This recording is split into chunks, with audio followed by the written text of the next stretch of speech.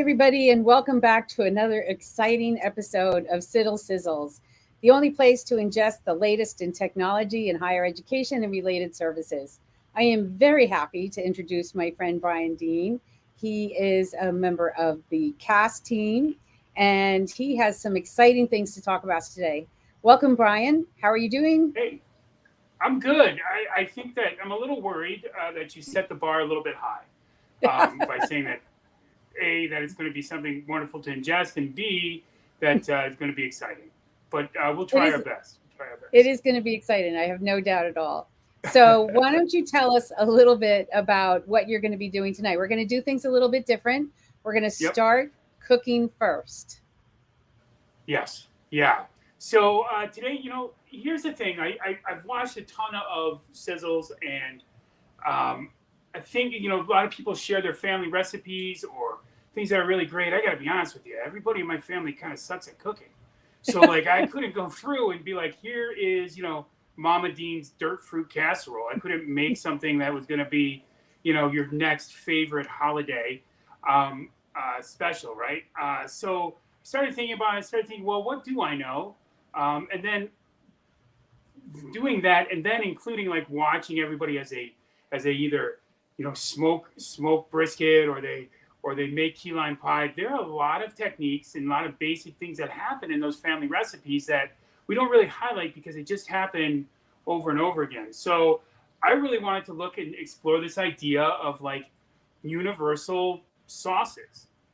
So we're coming into that weather. At least where I'm at, I'm outside of Detroit. I'm in Michigan, so it's already snowing out. It's getting cold, and we're having a lot of meals that are a little more comfort food, a little more that bring you kind of inside, and so they have lots of sauces attached to them. And so I started kind of thinking about, well, how does that relate to technology?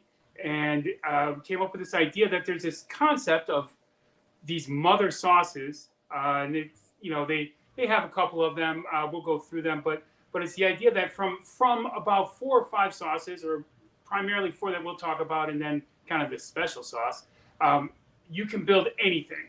You can build anything from macaroni and cheese to hollandaise sauce, and it's really based on some pretty basic ideas. And I said, well, maybe the idea isn't really showing a cool technology, though there are plenty out there. Maybe it's more about how do we make decisions around categories of technology and the basics of those, and then adding features to tech as we go forward. So today I'm going to show 4 pretty basic sauces, and then discuss a 5th sauce, because there's some discussion about whether the 5th sauce is the one that everybody needs or uses. So we'll talk about 4 sauces today that are all made from a basic roux, which we'll kind of get into Okay. whenever you're ready. Like, I don't know. Well, I think we're ready. I'm excited. Four sauces in a few minutes.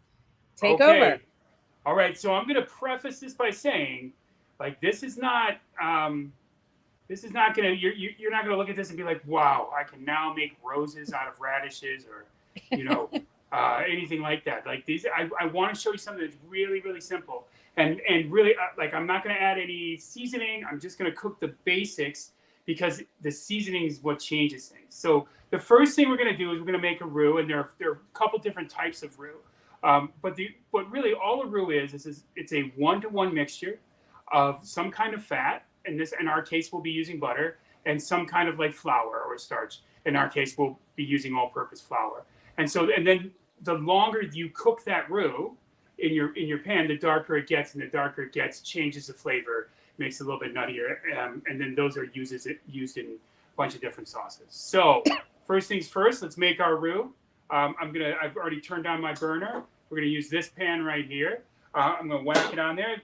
The heat is at a medium high, and I'm gonna use 3 tablespoons of butter. I've left it out because I'm kind of lazy. I forgot to put it in the refrigerator, so it's softened. But you don't have to make it softened. And I'm just gonna toss it in, let it melt up. You're gonna want to. Ooh, there we go. Ooh, you can hear it sizzling already. It's funny that I have this apron and stuff on, because I never wear an apron. So I'm just trying to look, official, and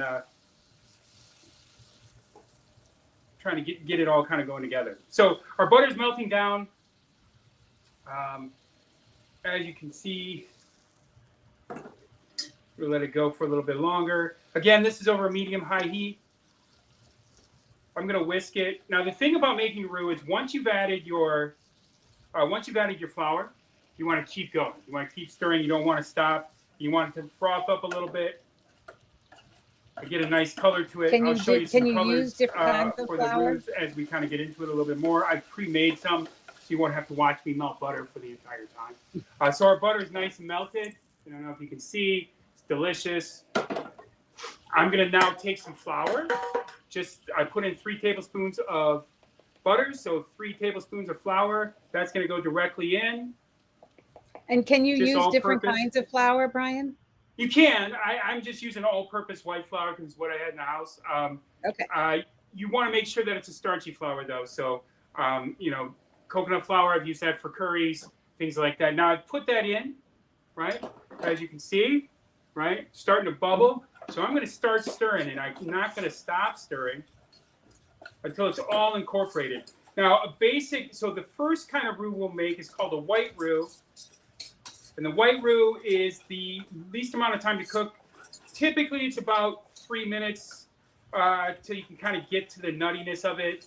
And the starch or the flour starts to break down. It's not so gritty. And it will be a fairly white color as I turn down my heat. So this would be a perfect sauce with Thanksgiving coming up. This is the sauce that I would use. It's called a bechamel, is what the first one we're going to make. And it is just a white kind of cream sauce. So it's starting to melt down. We're starting to get our roux together. Can you see it? There we go. It's nice and white, and it's made for cream sauces. So a bechamel sauce is just a roux plus some kind of cream. So you can use coconut milk, you can use regular milk, you can use heavy whipping cream, you can use anything that you want. And the bechamel is perfect for adding cheese to, and then all of a sudden now you have macaroni and cheese. You can add Parmesan cheese to it, make an Alfredo. You can add lemon to it, start to make a lemon cream sauce. From a bechamel sauce, you can make just about any kind of cream sauces that you want. So once I've gotten it to that nice white color, I'm going to take some cream, or in this case, it's just milk. I'm going to take some milk and I'm going to add it to my sauce. I usually go 1 cup at a time, and then I stir it, I whisk it until it comes back up. I incorporate it all. What the roux does, the roux is the thickener, right? So it is the base of just about everything we're going to make and everything that we kind of take a look at. We should explain the roux is actually the butter and flour, right? The roux is the butter and flour, to clarify, yep. And you let that cook up. We're going to add this back to our heat, turn up our heat a little bit. And remember, like, you don't want to rush your sauce of any kind. So I know that often we want to get it done as fast as we can. We're just melting butter. We're just cooking flour. It's no big deal. But the higher the heat, the better chance you have of your roux breaking down.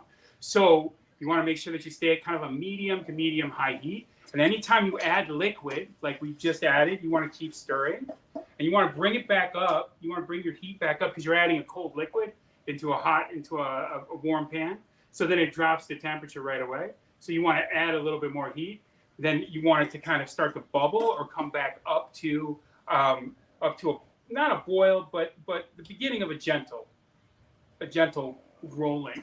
And as you do that, it starts to thicken the sauce over and over.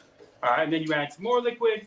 I usually go a cup at a time, taking a minute to kind of come up here. While I'm waiting for this to kind of come together, I want to show you a couple of different colors. So this is one of the first roux that we made. This is a light roux. It's very white. It's great for bechamel. It's also great for white gravy, which would be like something like turkey or chicken or vegetable or fish. Here's a little bit darker. This is called the brown roux. It doesn't look super brown, but underneath it is. And this is great for your brown gravies. So like something typically that is like beef or veal primarily. Oh, okay. And for the fat, so you could use your meat drippings for the fat in place of butter, right? You absolutely can. And here's the last one that I want to show. This is called the brick roux. It's much darker in color. This is primarily used in Creole cooking. It's used in a lot of Southern cooking. And each one of these, as you cook them longer and longer and they get darker and darker, they create a sauce that has a nuttier flavor. Oh, cool. So when you're cooking a bechamel, it's meant to be, because it's taking on the flavor of the cheese or whatever else you may add, which are usually more delicate flavors. While it's taking those on, you don't want the nuttiness of the flour and butter to kind of come through. So we're starting to thicken up right here as we're kind of discussing it. That's why we use a light roux when we're building a bechamel. We use a darker roux when we're building some deeper flavors, like in the beef, that's a hearty flavor, or in a Creole, it's a lot of flavor that's there, so it has to have something that stands up to it. That dark roux, that brick red roux, really works well. Now you can cook these roux ahead of time, and then you can kind of just keep a jar of roux if you want, just kind of in your refrigerator. And how long will it keep in the refrigerator? You can keep it for about 3 months. I like to do it in baby jars, to be honest. That's a great idea, because then you can just take it out and add your cream or sauce, and exactly. So add your chicken or I'm sorry. You can add chicken to it and peas and vegetables. Whatever you may have, yeah. Pasta. So we're starting to thicken up our sauce right now. So if I take as you can see, we're starting to get this nice thing that happens when it's called curtaining. So you can dig into the sauce. You see it kind of comes off in a sheet. That's how you know you're starting to thicken up. So at this point, if I wanted to make more, I would add some more liquid and build a bigger kind of pot of the sauce. But as it cooks more and more and you add more heat, you get this nice curtaining effect. So, and that's all because of that roux. So from here, at this point, this is when I would throw in my cheese, let my cheese melt. I would throw in, I'm going to take that off. If I wanted to make sausage gravy, I would make sausage gravy that way. I'd throw in my sausage now, or I'd throw in some tarragon and some capers and some lemon, and I can make a nice cream sauce that could go over some salmon or something like that. I'm going to heat up another pan, and then we'll take a look at how to make some of the other sauces. I will tell you, that's pretty much the big part of the cooking, is building the roux, right? Adding your roux. So I'm going to take this this semi-light roux that we have here, right? I'm going to add it to another pan, right? It's just ready to go. It's cooled off a little bit. Just going to put it in my pan. Let it heat up again over medium high. You can hear it kind of going, getting ready to go. And then I'm going to take another roux.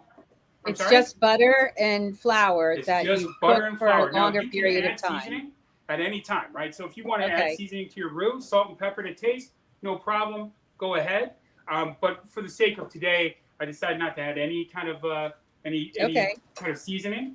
But at any point, you can add your seasoning, right? So you can add it to the roux if you want. If I make my roux ahead of time, I don't typically add a seasoning to my roux because it depends on what I'm making. So I'm going to take some of this nut brown kind of roux. I'm going to put that in another pan, let that cook up. And as it starts to melt, so that other roux is already starting to break down and melt and get to a point where we can add another liquid. There we let it out. As you can see, it's already starting to kind of come together. While we're waiting for that to get warmer, we have a couple of comments that I wanted to bring up. You've been called very saucy. It's a very saucy episode. Thank you. A couple people are very impressed with your apron. Oh, well, thank you. Well, I'm glad that I wore one today because usually I'm a mess. You know that, Christine. Just as a person, I'm kind of a mess usually. So sorry. So I just saw that you were putting some broth in this sauce. Yes. So I just bought a simple broth from the store. Once the roux started to cook up, I just added a little bit of the broth, about half of the chicken broth, a quart of chicken broth, half a quart of chicken broth to the roux, and started to whisk it in. And at first, you want to make sure, again, I want to turn my heat up because I added a liquid, even though it's kind of room temperature. I've added a liquid, so I want to make sure I turn my heat up. and I'm going to let it come to a boil. Now, while that's going, look at this. I'm going to multitask, folks. I know it's, if you know me, that's a hard thing. So this is our darker brown roux. To that, I'm going to actually add some beef broth. Just simple beef broth, right? I'm going to add that in. Kind of let it deglaze the pan a little bit so it gets all the roux off the bottom. Meanwhile, this other white roux or light roux is cooking up, right? Look at this. We got another whisk. I'm gonna two-fisted. Whisk this one up. Keep this one very whisking. Impressive. Look at this. Holidays. I'm ready.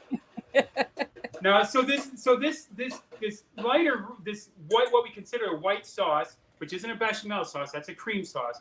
But this white sauce is you can add fish stock, you can add vegetable stock, you can add chicken stock. So this is like if you celebrate Thanksgiving or you're cooking turkey, this is the sauce to use. Because now I can add whatever I want. So I can add rosemary, I can add sage, I can add some poultry seasoning, I can add some fish seasoning. Old Bay works really well for a nice sauce. And in just a few moments, we created that great gravy that's starting to curtain. Now, while I'm doing that, I'm watching this other sauce kind of kick up. I'm going to move that over because we got another sauce I want to make.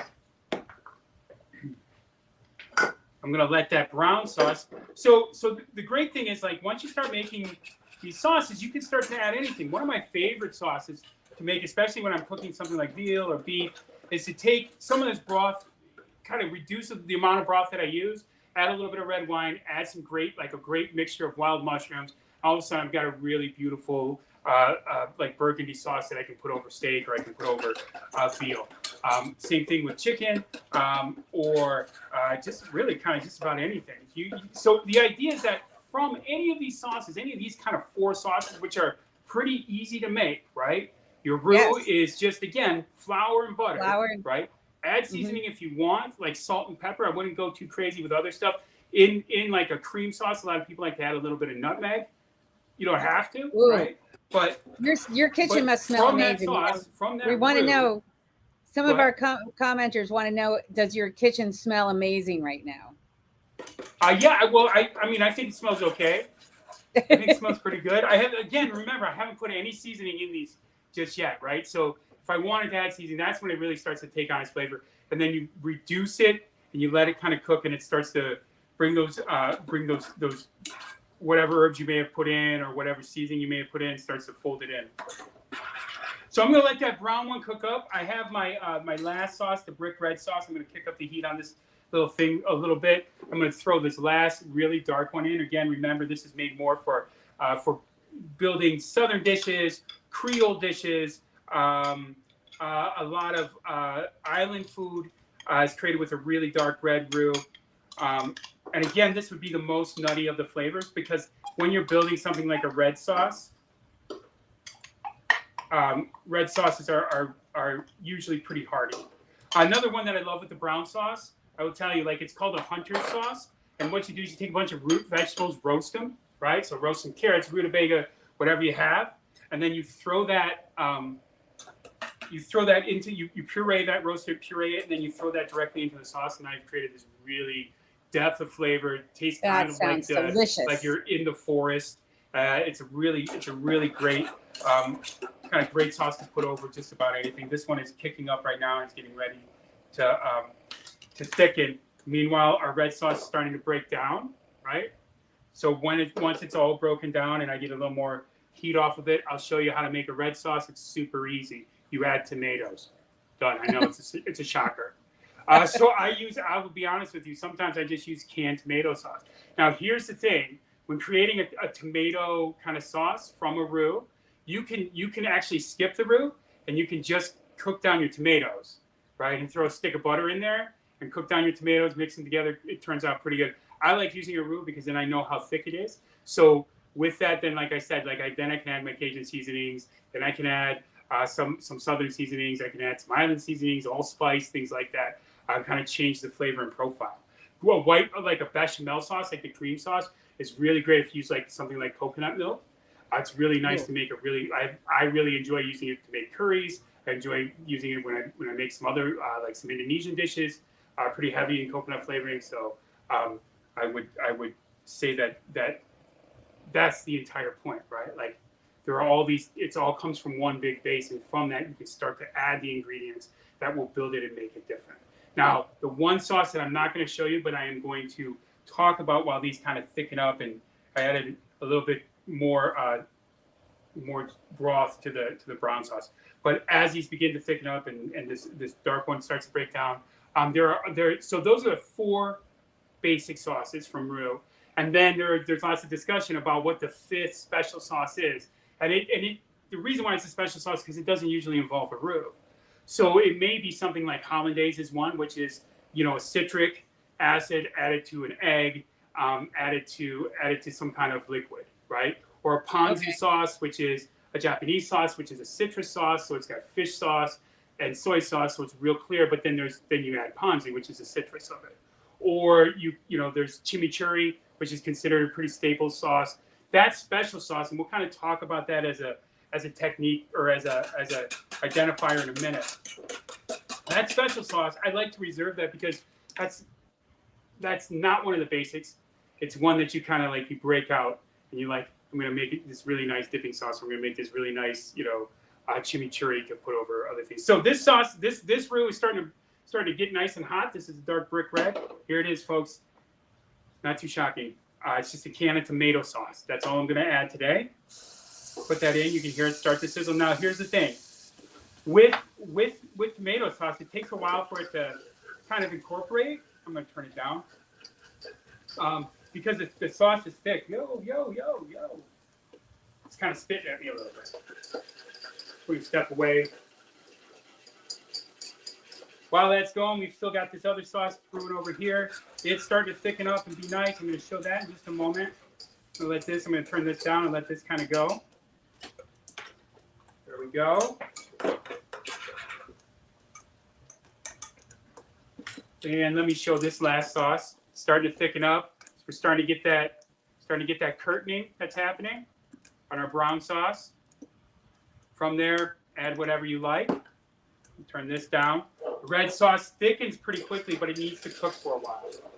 So that one's a constant stir. Sometimes I take it off the heat like I am now because it starts to spit too much and I don't want to get red all over me.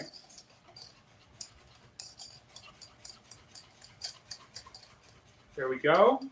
That one, like I said, because it's working with tomato sauce, that one starts to thicken pretty quickly. What you'll see is if you get a closer look, maybe I can bring it up here. You'll see that it's a little chunky. What happens is as it starts to break down, the roux will actually kind of bring that chunkiness out so you get a silky, kind of smooth red sauce. There we go. So I'm going to turn these off. And to be honest with you, like I said, it's not mind-blowing. It's simple and it's fast and it's quick. But that's how you begin to make basics of sauces, and that to which you can add anything and build anything from. So it's amazing because if you have the ability just to take a few ingredients and make the foundation, you can add whatever makes you happy. You can add, all different kinds of flavors to make it unique to yourself, but you can change it up so quickly too. If you have, let's say, guests coming that they want, they don't like how you usually make something, you can adjust it very quickly. Sure. Well, and here's the interesting thing. As you get deeper and deeper into the sauce and adding flavors and layering those flavors and letting them cook, all of a sudden these sauces can go in lots of different ways. So typically with a piece of seafood, you may use a white sauce, right? Where you've added fish stock, you've used a real light roux or blonde roux, right? And you've let it cook down. Or you may say, you know what, actually, I think that maybe a cream sauce would work better here. So then you can then transpose the skills that you have for making a bechamel sauce, add some of the fish flavoring to it, add some other complementary citrus or whatever else, tarragon. You can add those things to a cream sauce, and now you've got a nice cream sauce for your fish, right? So you can start to, once you know the basics, it's just a matter of swapping them in where they fit. And a lot of the sauces aren't unilateral or they're not unitaskers. They'll cover just about anything you want to make. It's that one special category where that's a sauce that is kind of done for one thing, or it's really like it takes a little bit more. It doesn't rely on the same basics of a roux and then some kind of broth added to it. But that's a special category, and like you use that sparingly. You're not always going to make hollandaise, right?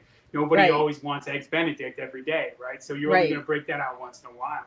But or a chimichurri, nobody wants chimichurri on their. Well, chimichurri on a burger is actually pretty good, but you may not want to use it every day, right? So you break that out, you put that in kind of like your sauce backpack, your sauce toolkit to break out at special time. But really making the basics of the sauces, you can make anything. So like those are always in your repertoire as you're cooking, right? And the longer you cook the roux, the darker the roux gets, the more nutty it gets. You add that, you start pairing that up. And I think, like, to me, that's the basics of building sauces. It's super simple. It's amazing. And I have so many ideas of the things that I want to try this week when I go home, especially with Thanksgiving coming up. I can do all kinds of things. But more importantly, and like, that's the thing. Like, you could make one really big pot of like turkey white sauce or turkey gravy, and then you can add different layers to it, or you can portion it out, and you can add different flavors to it, and you could have multiple kinds of white sauce or turkey gravy with different flavorings. Some people like really peppery, that real peppery, salty kind of like down home traditional American. But some people like a little saucier, a little spicier. I'm very hungry right now just thinking about all these different flavors and coming together. But I have to tell you, one of my favorite sauces to make. Oh, sorry, go ahead. No, go ahead. Okay, what's your favorite? One of my favorite sauces to make is called a red eye gravy. I don't know if you've ever heard of a red eye gravy. No. Well, it's a dark roux. It's a brick red roux, and to it you take some ham, like ham drippings, right? And you also take some coffee, and it's equal portions, and you put it in the dark roux and you cook it up, right? It turns into this really nice breakfast gravy, and it was called the red eye gravy because it was made for breakfast for people that were coming in from overnight shifts. It was made from the leftover coffee from the 24-hour dining. Oh, that is interesting. I've never heard of that. But I tell you, sounds give it amazing. A shot. Yep, give it a shot. It's actually really tasty. Throw some Worcestershire in there, you get a different depth of flavor. So we are here for CIDDL. It is CIZZLE. So now that we've sizzled, let's get back and talking about the technology. So what technology do you want to talk about? And I don't know how anything is about it relating? So tell me.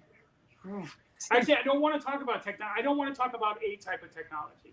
Okay. I want to talk about this idea of like, as teachers are entering into the pre-service, or as we are building our own digital toolkit, or as new things come to us, like there's a million different platforms and tool techs and or tech tools out there, and and everybody's always worried about, is it the right one? Like, is this the best one? Is it the right one? Is it going to change in 6 months? Well, you can't guarantee any of that, and I'm going to let everybody in on a little secret. There is no best one.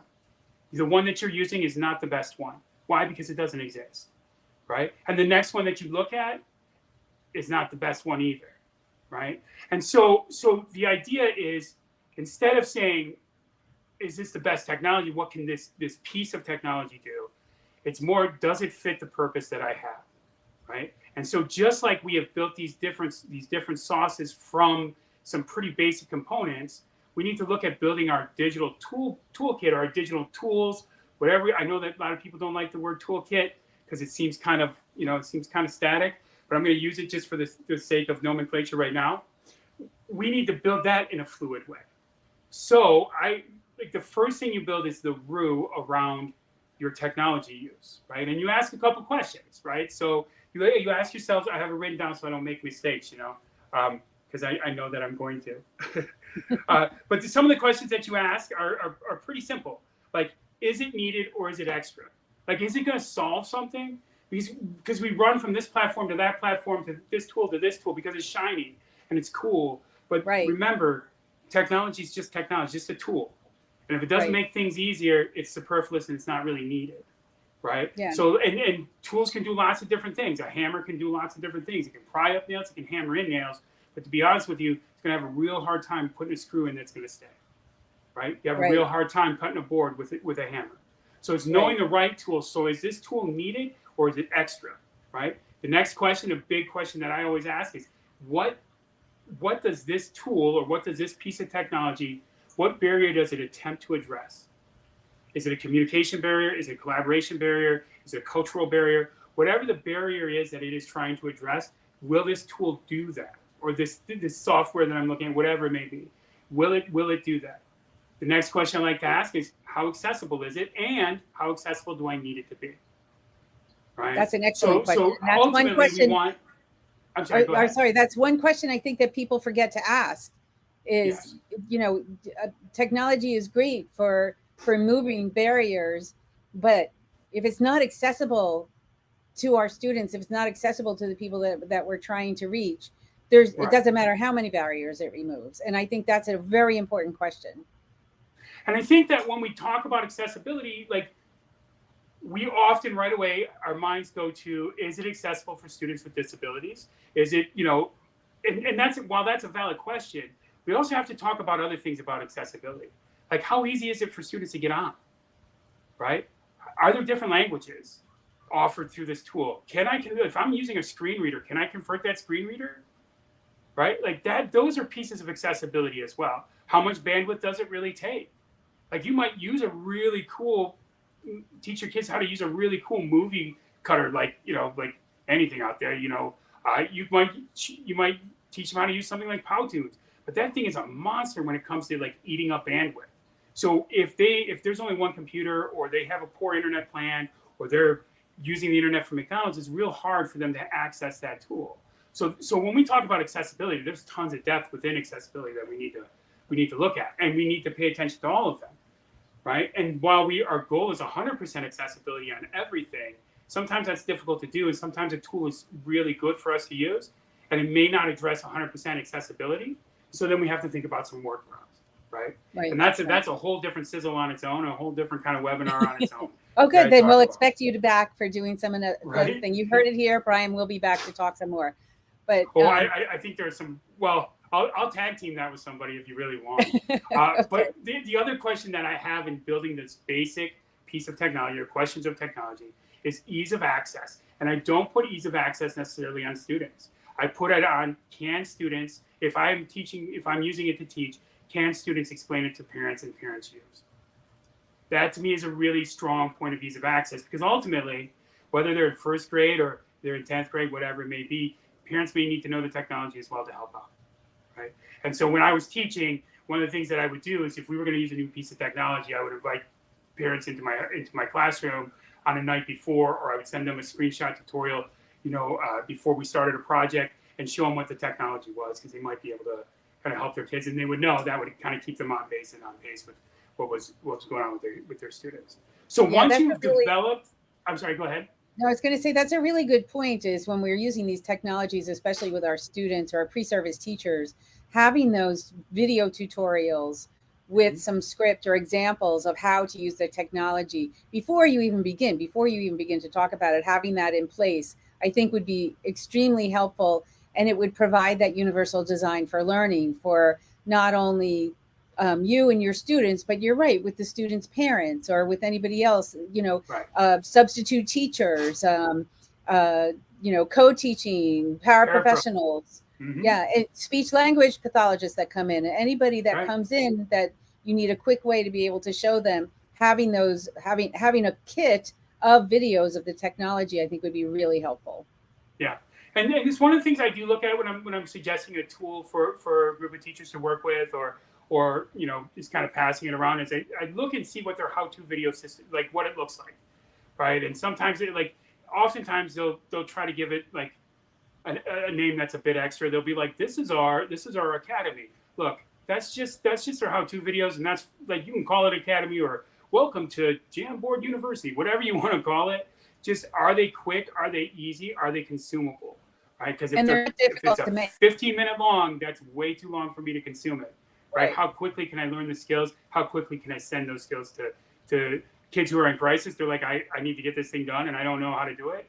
Here's 90-second video on how to do this one skill. Perfect. Or parent or whomever it may be. So that's the root, that's the base, and that's what I evaluate all technology that I look at through.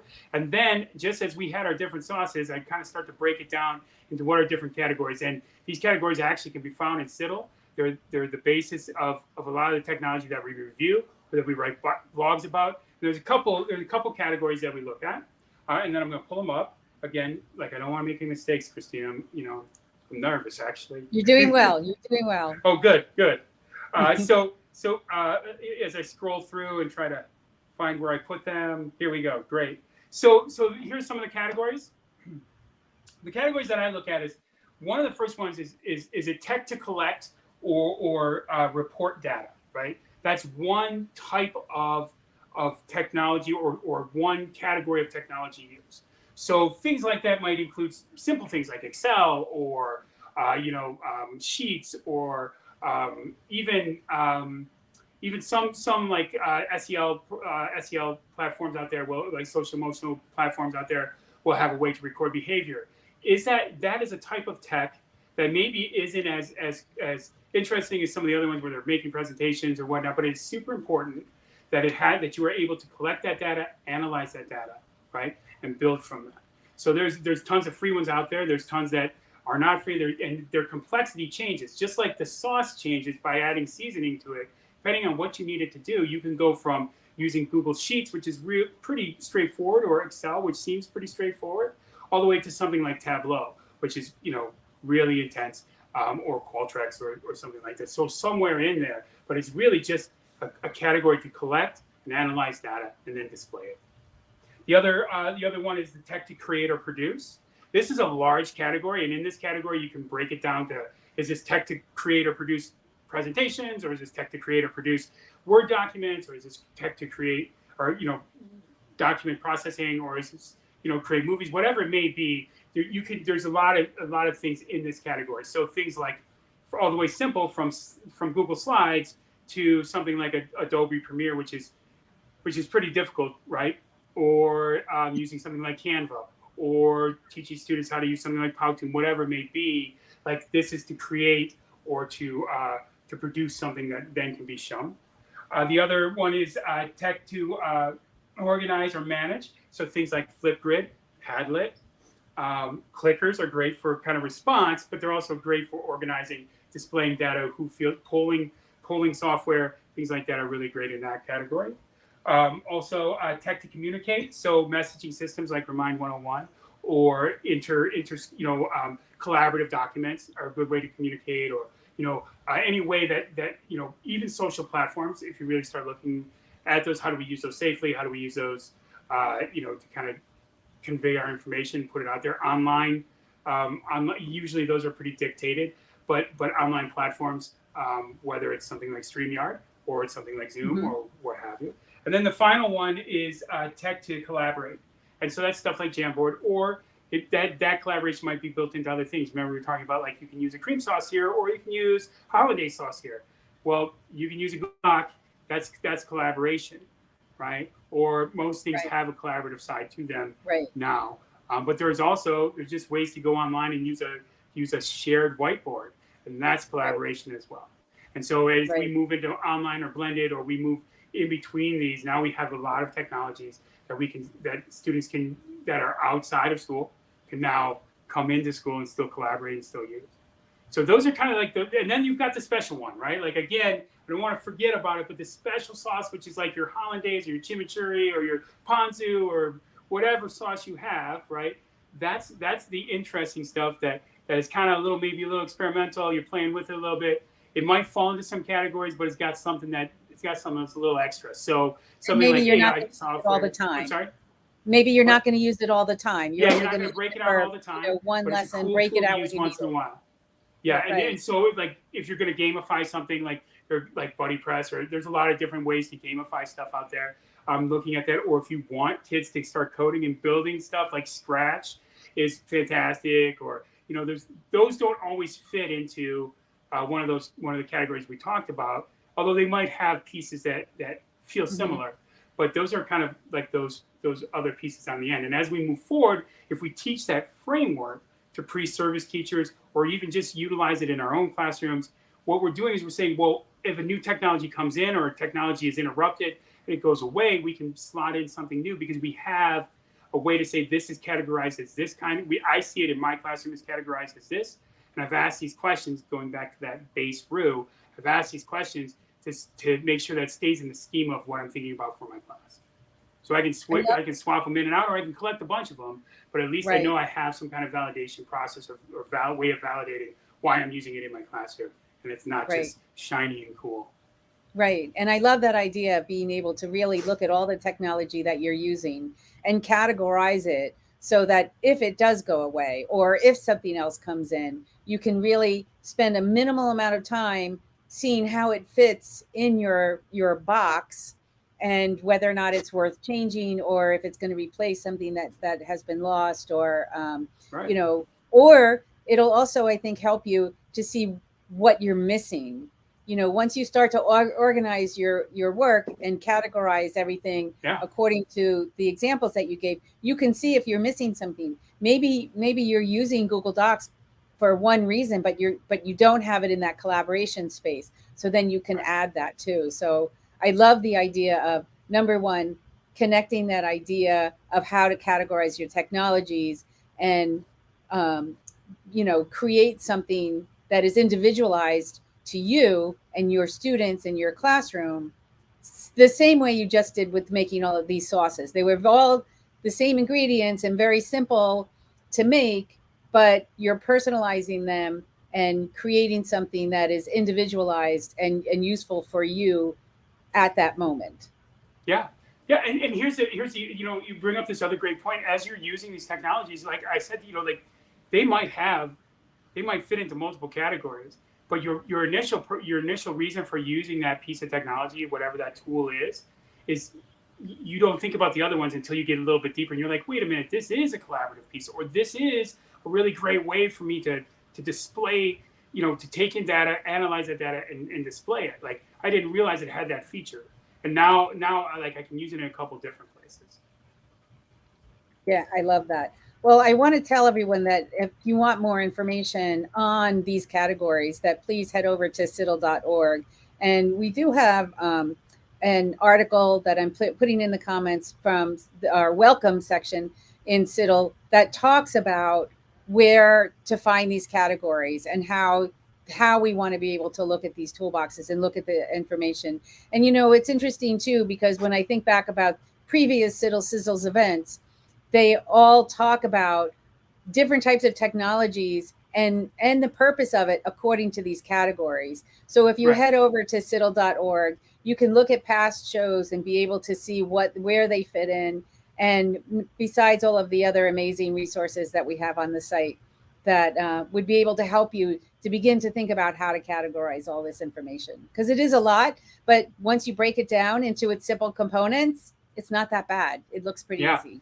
Yeah, and that's just like your sauces, right? It seems like, you know, like I said, these things aren't going to knock your socks off, but once you unlock them, you're like, wait a minute, now I can make a really great sauce, or I can use a really great piece of technology, and I know its purpose, I know its intent, and it's actually relatively simple. It's this base plus I add some extra spice to it.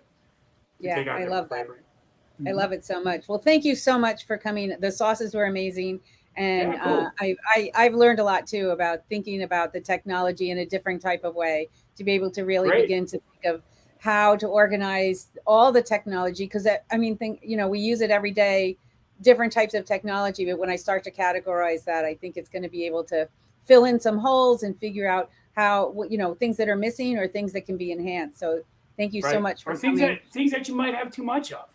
Right. Because that's a problem, too. Yep. Like, you know, we always talk about like give choice, but there's a paradox to choice when we have too many choices.